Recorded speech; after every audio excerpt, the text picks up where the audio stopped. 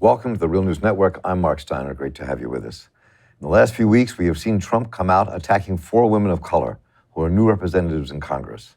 We have seen and heard his attacks on Elijah Cummings as recently as the morning of this taping. We heard the chants, "Send her back," from the crowd where Trump stood smirking as they chanted. We have seen the racist attack in full blossom, threatening to take America back again. So today, we'll discuss how fanning the flames of racist anger and fear could affect the coming elections and the growth of the reactionary racist movement inspired by his presence and rhetoric. And most importantly, what do we do about it? How do we confront it? How do you build a movement to defeat it and fight for a real democracy built on racial, social, and economic justice? We are joined by Ajay Chaudhary, who is Executive Director of the Brooklyn Institute for Social Research, a core faculty member there specializing in social and political theory, and working on a book on the political theory of the Anthropocene, and Maurice Mitchell, who is the National Director of the Working Families Party. And prior to that, he was a leading strategist and organizer with the movement Black Lives. And gentlemen, good to have you both with us this morning. Welcome. Thank you. Good to be here. Thanks for having us. So let me just play these real 2 clips at the very top to kind of set the tone for what we're talking about and what kind of inspired this conversation. This first piece we're going to do is Trump attacking Elijah Cummings, I think, on the White House lawn here. Baltimore has been very badly mishandled for many years. As you know, Congressman Cummings has been there for a long time. He's had a very iron hand on it. Baltimore is an example of what corrupt government leads to. And I feel so sorry for the people of Baltimore. Billions and billions of dollars have been given to Baltimore. It's been misspent. It's been missing. It's been stolen. Representative Cummings should take his oversight committee and start doing oversight on Baltimore. He'd find out some real things. I'll leave my comment for later. And now let's take a look at what kind of precipitated this, perhaps, in many ways, is Cummings' work as chairman of the committee, the Oversight Committee, and this is interaction with the acting head of Homeland Security. We hear about stories coming out from you and your agency that everything is pretty good and you're doing a great job. I guess you feel like you're doing a great job, right?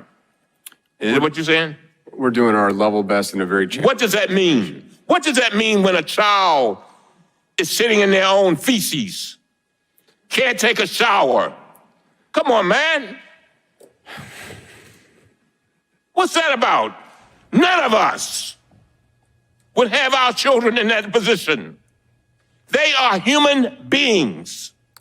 So, I mean, I just put those 2 pieces up because I think they just speak to the what's happening here and the divide that's in America already, but how it's being deepened. And I just let me just get your analysis of, as you watch this news take place, from the 4 women congresswomen who were attacked, and we're going to hear one of their responses in a bit if we have time. But let me start with you, Maurice, then we'll go to Ajay to talk about what were you thinking, what your analysis was as you were watching all this take place. That those frames to me articulate sort of the danger of the white Christian identity politics that Donald Trump, Steve Bannon, and Trumpism use in order to animate their agenda. And I think, one of the misassessments that many people make around Donald Trump is that he's sort of a buffoon character, sort of a larger than life reality TV character. And many people don't take him seriously. Many folks laugh at sort of some of his over-the-top rhetoric. And I think that belies how dangerous the rhetoric is to our politics and also how deliberate it is.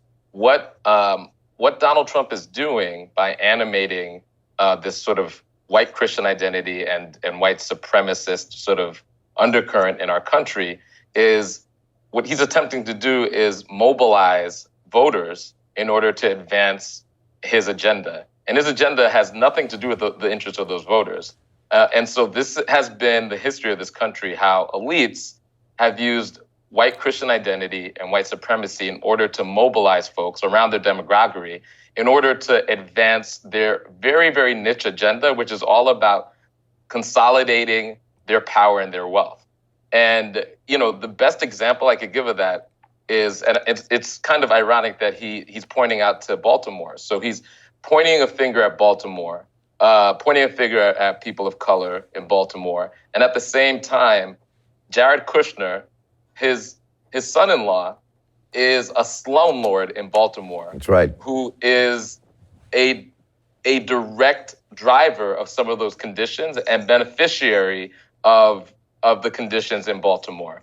And so it's elites that are creating these conditions, and then they're pointing the finger at everyday people for being in the conditions that they've created, and then using demagoguery in order to mobilize people to continue and exacerbate this the consolidation of power. That is the actual true reason why folks are dealing with these sort of conditions in cities like Baltimore and all over the country.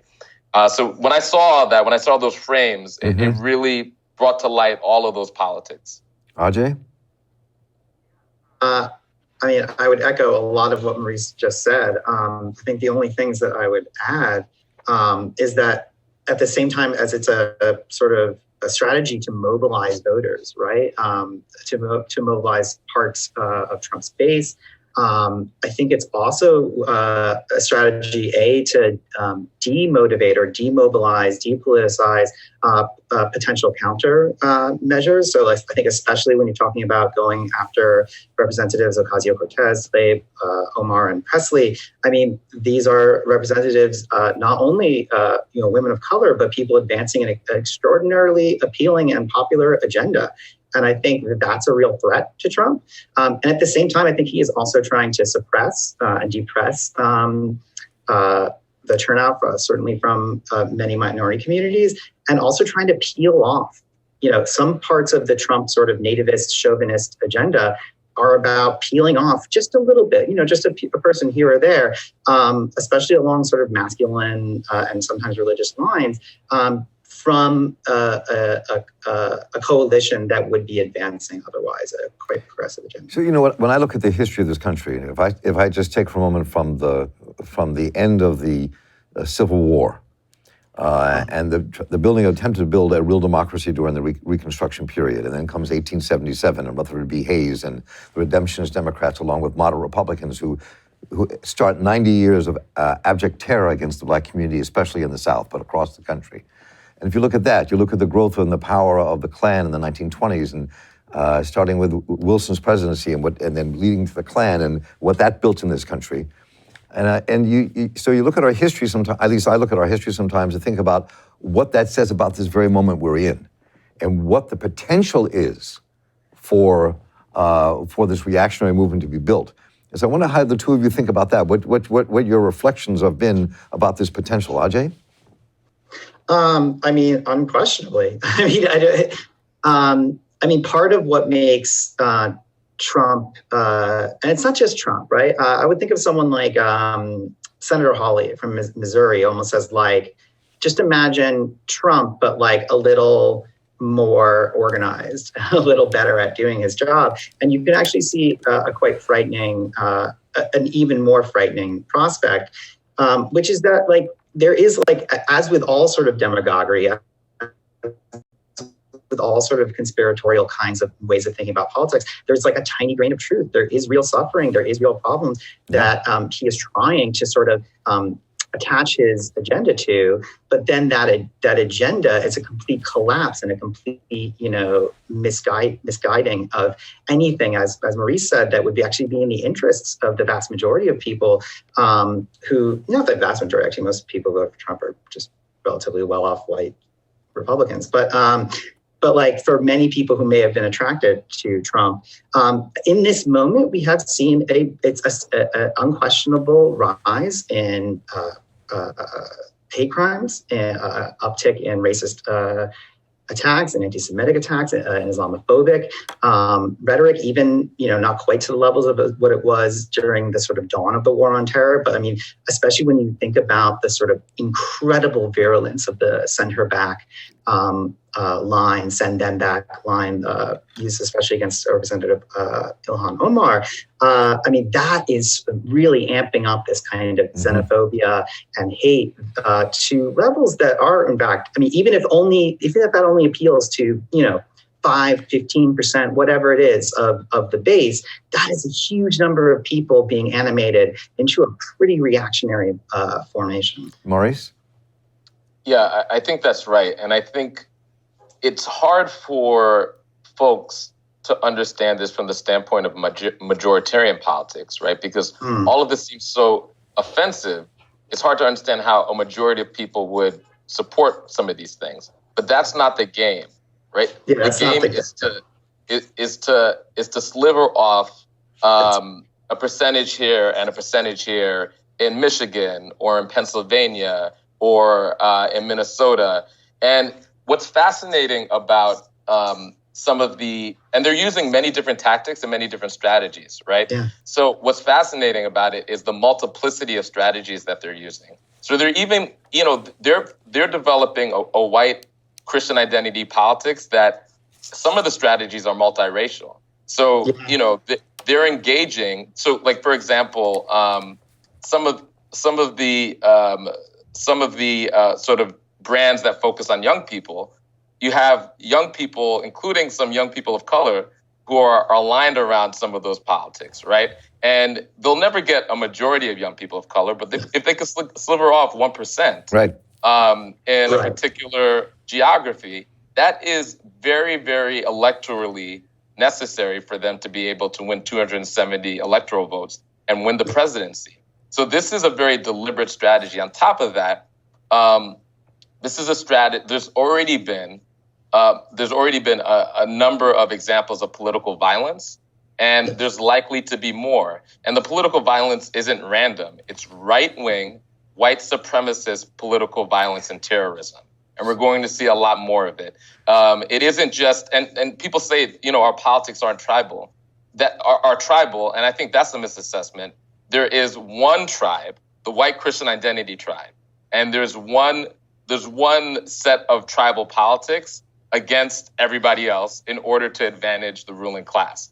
And so we talk about like the political violence, like there's violence on all sides. No, there is a concerted effort to weaponize white Christian identity violence in order to electoralize and politicize the interests of the ruling class. So I know we don't have a great deal of time left because you gentlemen both have things to do, and so we have to let you go in a minute. But I want to take off from what you just said and talk about that. I mean, we're in a moment where I think a lot of the right wing in this country is heavily armed, and that's not a joke. They're heavily armed, and a percentage of people who carry weapons for a living, whether they're in the police or the military, are also sympathetic to some of what's going on here. So after we watch this short clip from Ilhan Omar, I want to kind of really wrestle for a few minutes we have left with what do you do? How do you build a movement? What's the political response? What happens in response to that so we don't become 1877 or 1932? And so let's just watch this for a moment. When he made the comment, I know that every single Muslim who has lived in this country and across the world has heard that comment. And so I will not dignify it with an answer because I know that every single Islamophobe, every single person who is hateful, who is driven by an ideology of othering, as this president is, rejoices in us responding to that and us defending ourselves. I do not expect every time there is a white supremacist who attacks or there is a white man who kills in a school or in a movie theater or in a mosque or in a synagogue, I don't expect my white community members to respond on whether they love that person or not. We are no longer going to allow the dignification of such ridiculous statement.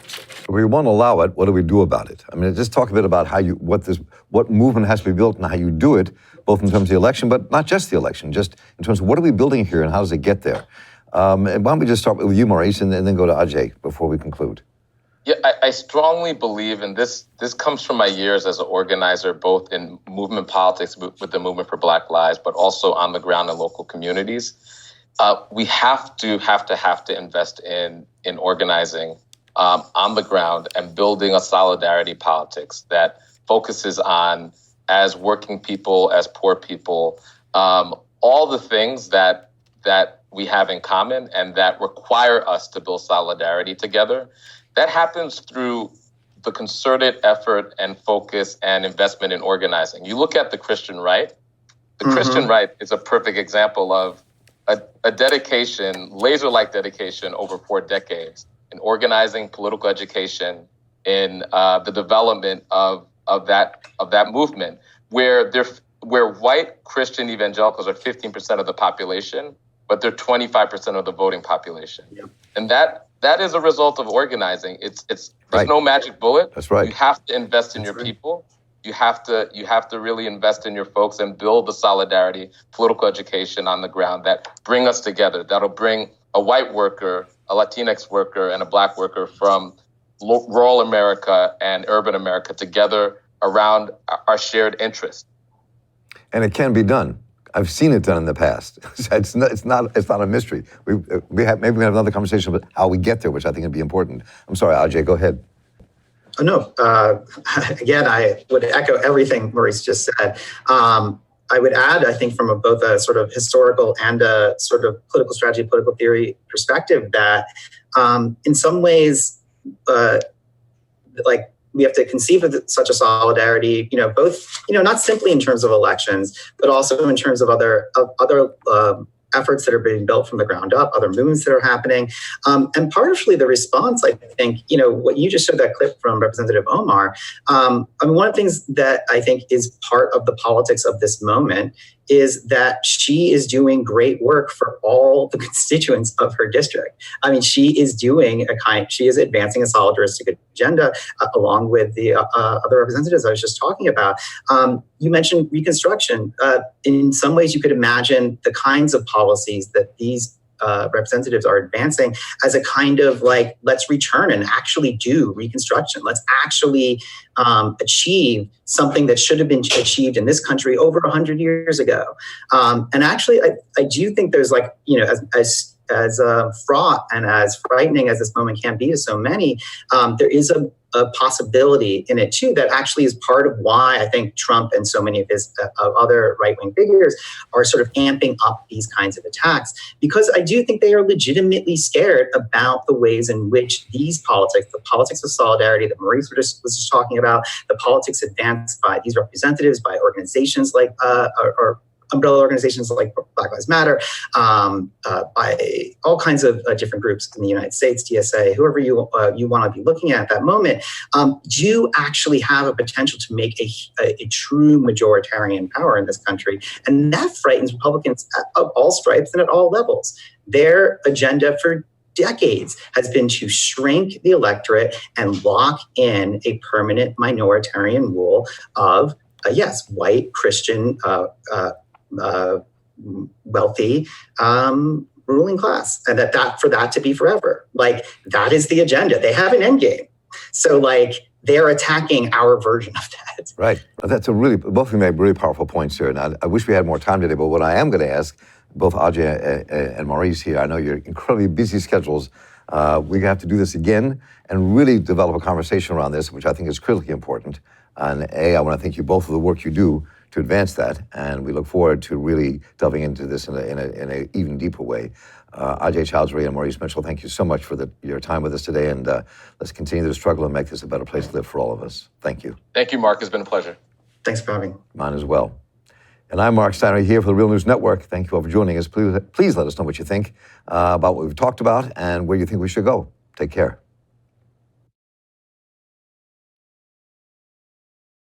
Thanks a lot for watching. Appreciate it. But do us one more solemn favor. Hit the subscribe button below. You know you want to. Stay up on the videos.